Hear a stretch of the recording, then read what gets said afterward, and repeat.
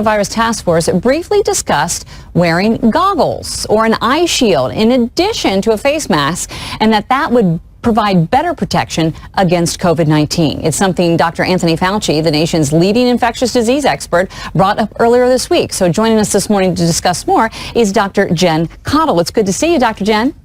Good to see you too. So, when Dr. Fauci speaks, we listen, right? And so, he talks about wearing goggles, and now he did say, he goes, I don't think this needs to be universally recommended, but if you really want perfect protection, this is what you need to do. So what do we do with that information? Sure. So it's important to put that into context. And I do agree with him, but we have to think about this the right way. So the first thing is to remember how coronavirus is spread, which is through droplets, primarily through droplets spread from our nose and our mouth and things like that.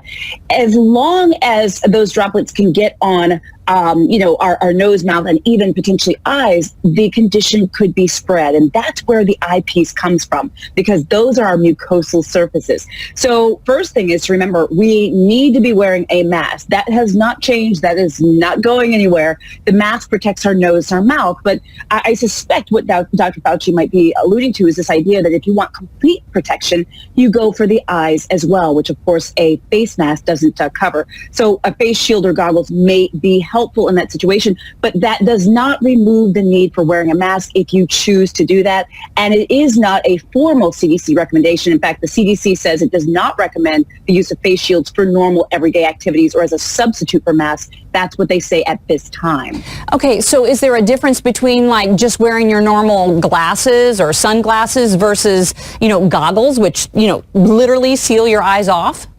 Sure. Yeah, there are some differences. The first thing I would say is that, if you're choosing between regular glasses, like prescription glasses and contact lenses, go for the glasses, because we know with contact lenses, you're touching your eyes, you're touching your face, potentially to put them on, take them off.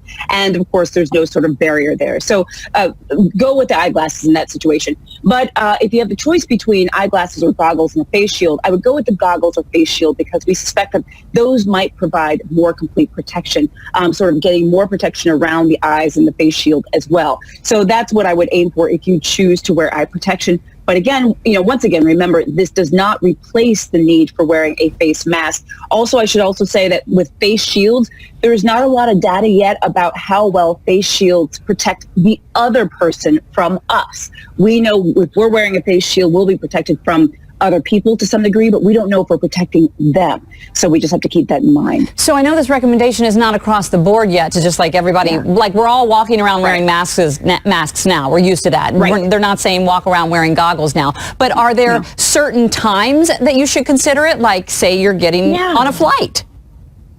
Well, I do think that there are certain times that you may want to consider it. Certainly if you are around someone who has COVID, let's say you're a caregiver for someone with COVID, you're in the same household, you're sort of intimately kind of taking care of someone, or you're exposed to someone either through that way or others, that would certainly be a reason to wear goggles or a face shield.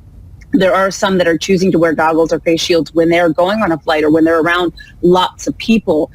So, I think those are absolutely reasonable options. Just, I really want to emphasize we still want to wear that face mask. But also the face shield or the goggles does not reduce the need for hand washing, still maintaining the social distancing, the 6 feet, all of that good stuff. We still actually have to keep intact. So, Dr. Jen, let's be honest. In the beginning, they were like, no, don't wear masks. You don't need to wear a mask. And then all of a sudden, it's like, now there are orders for everybody to wear masks.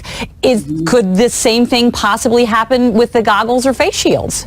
Yeah, so I'm glad that you asked that, because, in the beginning, you're right. I think that's been a point of contention and frustration for a lot of people. And I understand it's confusing when we're given different information. But, one thing we have to remember is that this virus is brand new. It's like a baby virus to us. And scientists and physicians, we are just learning about this every single day.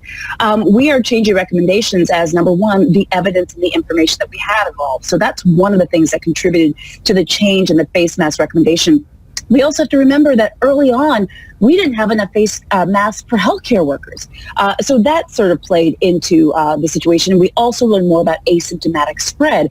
There's a lot of people that are asymptomatic spreading it. So bottom line is, I think we have to be prepared for flexibility with this virus, which I think a lot of us have learned. Things may change. They likely will change. I can't say necessarily with face masks, but is it possible? It sure is. We just need to be flexible and understand that as we learn more, we may actually change the recommendations with different things. In our final seconds before we go here, Dr. Fauci also commented that he's cautiously optimistic about the vaccine. Yes. What should be our state of mind? Your thoughts on the status of the vaccine? Yeah, well, so I'm cautiously optimistic as well. I think we are sort of moving at warp speed, as the operation is called, Operation Warp Speed. I think this is a good thing. It's really, really exciting, something that hasn't been done before. This is what I would encourage everyone to do. It does no good for us to have a vaccine if a lot of people choose not to take it. And that's one of my concerns as a physician, is that maybe people may be leery or concerned or will not take it. So we have to understand the importance of vaccination. And just for people to start really thinking about the importance of vaccination. Because again, if we have this vaccine and no one takes it, that's equally as much of a problem as not having the vaccine at all. Dr. Jen Caudle, thank you so much. Really appreciate you helping us sort through the facts this morning. Thank you. All right. Take care and stay healthy.